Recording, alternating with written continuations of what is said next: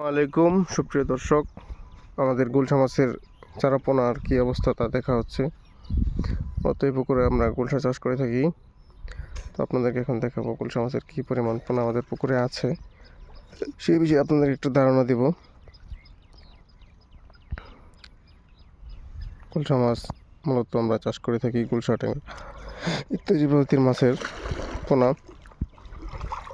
এগুলো দেখতে পাচ্ছেন, এগুলো হচ্ছে অরিজিনাল দেশি গুলশা মাছের পোনা। তো যারা গুলশা মাছের পোনা খুঁজেন তারা আমাদের কাছ থেকে গুলশা মাছের পোনা সংগ্রহ করতে পারবেন।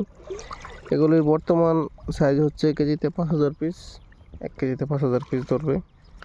তো এই পুকুরে প্রায় 3-4 লাখ মতো পোনা আছে।